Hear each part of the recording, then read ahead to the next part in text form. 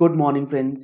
GST platform के YouTube channel में आप सभी का स्वागत है। जी हाँ फ्रेंड्स, 31 मार्च 2023 इस दिन से पहले आपके पास लास्ट चांस है फाइनेंशियल ईयर 1920 असेसमेंट ईयर 2021 की इनकम टैक्स रिटर्न अगर आपने अभी तक फाइल नहीं करी है या फिर आपने रिटर्न फाइल करी है, उस रिटर्न के अंदर आपका जो डिटेल्स चला गया है, जो इनकम आपने डिक्लेयर करी है वो सही नहीं है in comparison to the data available with income tax portal, तो आप अपनी अपडेट कर सकते हैं रिटर्न। उसकी भी लास्ट डेट आपके पास 31 मार्च 2023 तक अवेलेबल है। तो आपको एक इंपॉर्टेंट अपडेट यहां पर याद रखना और ये एक रिमाइंडर आपके लिए है। जुड़े रहिएगा इस एंड वीडियो तक, इस वीडियो के एंड तक, ताकि आपको पूरी बात अच्छे से समझ में आ जाए। ये हमारे पास है section 139 of the income tax act का सेक्शन 8A, जो कि बात करता है अपडेटेड इनकम टैक्स रिटर्न की।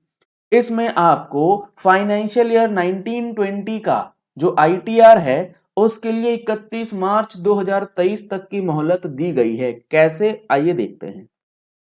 Any person, whether or not he has furnished a return under subsection 1 or subsection 4 और subsection 5, यानी कि अगर आपने अपनी इनकम टैक्स की रिटर्न फाइल नहीं भी करी है तो भी आपके पास अपडेटेड रिटर्न को फाइल करने का ऑप्शन जो है वो अवेलेबल है।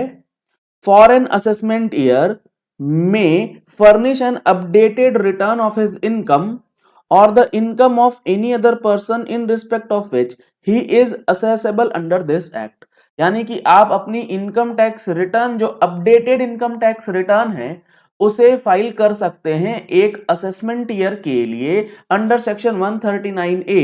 अगर आपने वो रिटर्न नहीं फाइल करी, चाहे वो ओरिजिनल रिटर्न हो, रिवाइज रिटर्न हो, बिलेटेड रिटर्न हो, किसी भी प्रकार की कोई भी रिटर्न आपकी पेंडिंग रह गई है, तो आप 31 मार्च 2023 से पहले फाइल कर पाएंगे। आगे इसमें क्या लिखा गया?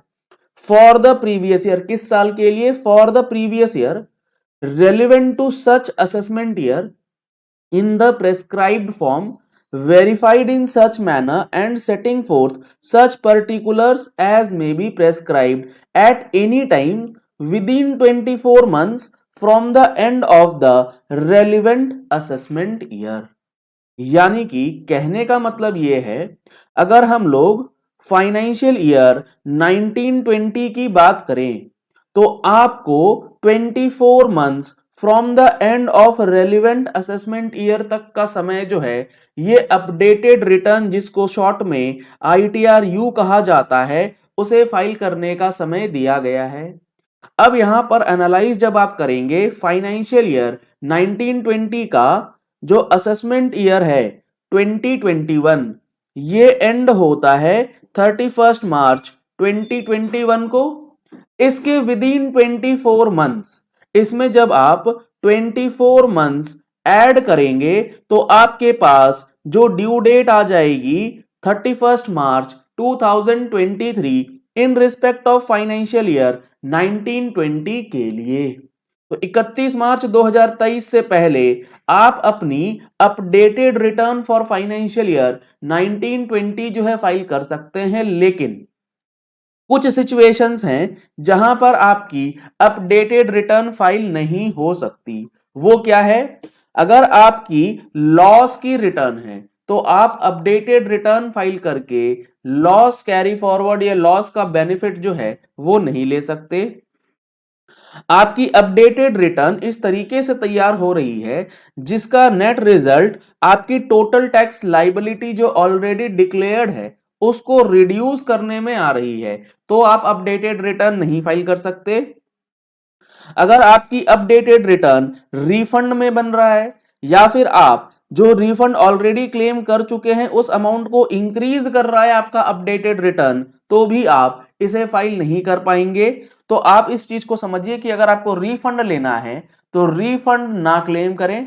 आप अपनी इनकम टैक्स रिटर्न फाइल करके इनकम डिक्लेयर कर सकते हैं, टैक्स जो बन रहा है वो जमा कर सकते हैं, ताकि आपके बाकी का प्रोसेस जो इनकम टैक्स रिटर्न की वजह से पेंडिंग हो जाता है वो नहीं होगा। रिफंड लेना चाहेंगे, लॉस का बेनिफिट लेना चाहेंगे, ये सारी चीजें आपको ITRU से जो है वो अलाउ नहीं की जाएंगी। तो 31 मार्च 2023 से पहले फाइनेंशियल ईयर 1920 का जो डेटा डिक्लेयर करना है वो आप कर सकते हैं। इसके लिए इनकम टैक्स डिपार्टमेंट ने ऑलरेडी आपको इन्फॉर्म भी किया है कि आपका जो ई वेरिफिकेशन पोर्टल है वो लॉन्च कर दिया गया है फॉर फाइनेंशियल ईयर 1920।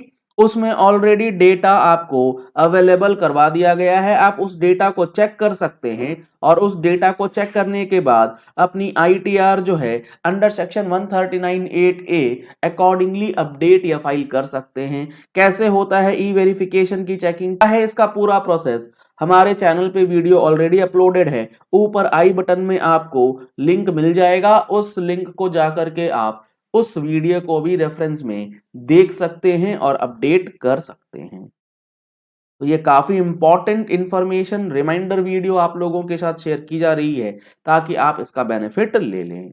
अगर आपने अभी तक हमारे GST के प्रैक्टिकल फुल कोर्स की ज्वाइनिंग नहीं करी है तो जल्द से जल्द इसकी ज्वाइनिंग कर लीजिए। पेमेंट ऑफ टैक्सेस से रिलेटेड काफी इंपॉर्टेंट डिस्कशन अभी कंटिन्यूएशन में है, जिसमें हम लोग इनपुट टैक्स क्रेडिट को ब्लॉक करने से रिलेटेड जो हमारा इंटरेस्ट कैलकुलेशन मेथड है वो सारी चीजें डिस्कस करने वाले हैं।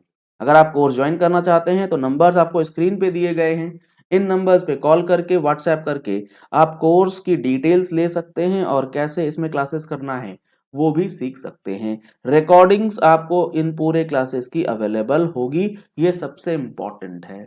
अगर आपको टैक्स मैगजीन की रिक्वायरमेंट है तो दिए गए नंबर्स पे कॉल करके व्हाट्सएप करके आप टैक्स मैगजीन का सब्सक्रिप्शन जो है वो भी करा सकते हैं। और जी हाँ फ्रेंड्स, एक इंपॉर्टेंट बात, मार्च एंड अब होने जा रहा है और अब आपको अपने GST रिकंसिलिएशंस भी जो है वो करने हैं। अगर आपको GST रिकंसिलिएशंस में कोई परेशानी आती है तो हमारे पास ऑटोमेटेड टूल्स आप लोगों के लिए अवेलेबल करवा दिए गए हैं। आप अपनी टैली के अंदर उन टूल्स को इनकॉर्पोरेट कर सकते हैं विदाउट एनी GST पोर्टल के डाउनलोड अपलोड की बजाय। आप डायरेक्टली टैली में ही अपना सारा डेटा जो है 2A 2B reconciliation 3B 1 reconciliation सारी चीजें आपको टैली के अंदर ही करवा के दे दी जाएगी। तो अगर आप टूल्स लेने में इंटरेस्टेड हैं तो इसके लिए भी आपको एक सिंगल नंबर है, इसी पे सारी प्रोडक्ट्स की डिटेल अवेलेबल हो जाएंगी। चलिए इस वीडियो को यही एंड करते हैं। आशा करते हैं आपको ये चीजें अब समझ आ गई होंगी कि ITRU 139(8)A के अंदर जो है वो किस तरीके से काम करेगा। Thank you and have a nice day.